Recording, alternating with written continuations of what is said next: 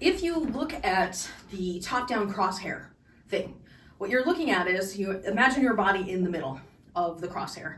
And so for the sake of ease, I'm pretty sure the versions of the crosshair that you're seeing has overhand here in same direction, underhand here, clockwise this way, and counterclockwise behind me. So for the purposes of the space that we're in, we'll call this way north, east, west, and south.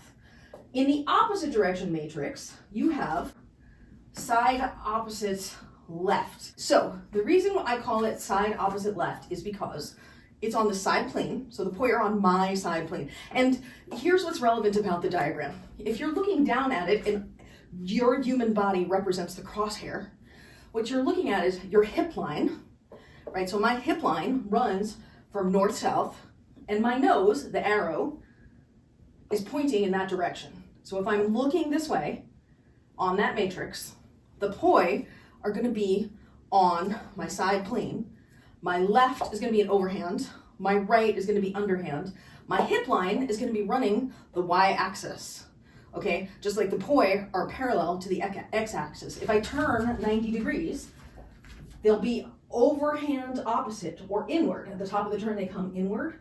Now, people sometimes lazily call this overhand, but for more precision, I distinguish this overhand from this overhand opposite, because in this overhand, which is same direction, they are both going overhand, and it's the same.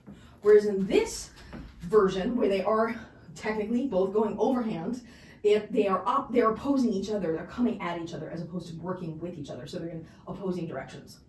And then if you turn another 90 degrees, again, you're back on your side plane. Your left hand is underhand, your right hand is overhand. So you're again working in this framework where your hips represents the y-axis, your nose, the arrow, looking that way, and it's right over, left under. And then similarly, when you come here, it's outward or underhand opposite. So at the top of the turn, they're going out, as opposed to on this side where they're coming in over the top. Off the top of my head, my guess is, at the very least, you probably can do, inside opposite left, for example, you can probably do a 4-pedal inspin. You can maybe do a 2-pedal inspin that's horizontal. You probably know how to do, I could be wrong, but I would guess you could probably do crossovers. So this is the right on top, and this is the left on top. You might even be able to do a split time opposite direction 2-beat weave. This is the left on top, right on bottom. And this is the left on bottom, right on top. And then, wait, did I mention the 4-pedal anti-spin? You probably know that one as well. Then I'm pretty sure we did, maybe we didn't, but I thought we might have done one of these opposite direction stacked caps. So you might have one of these in there. You might also have this guy, or this guy.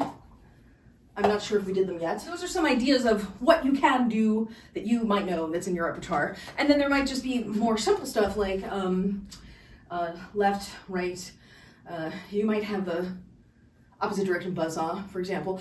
And I say that because you might have this guy, the Sparky Special, but maybe not.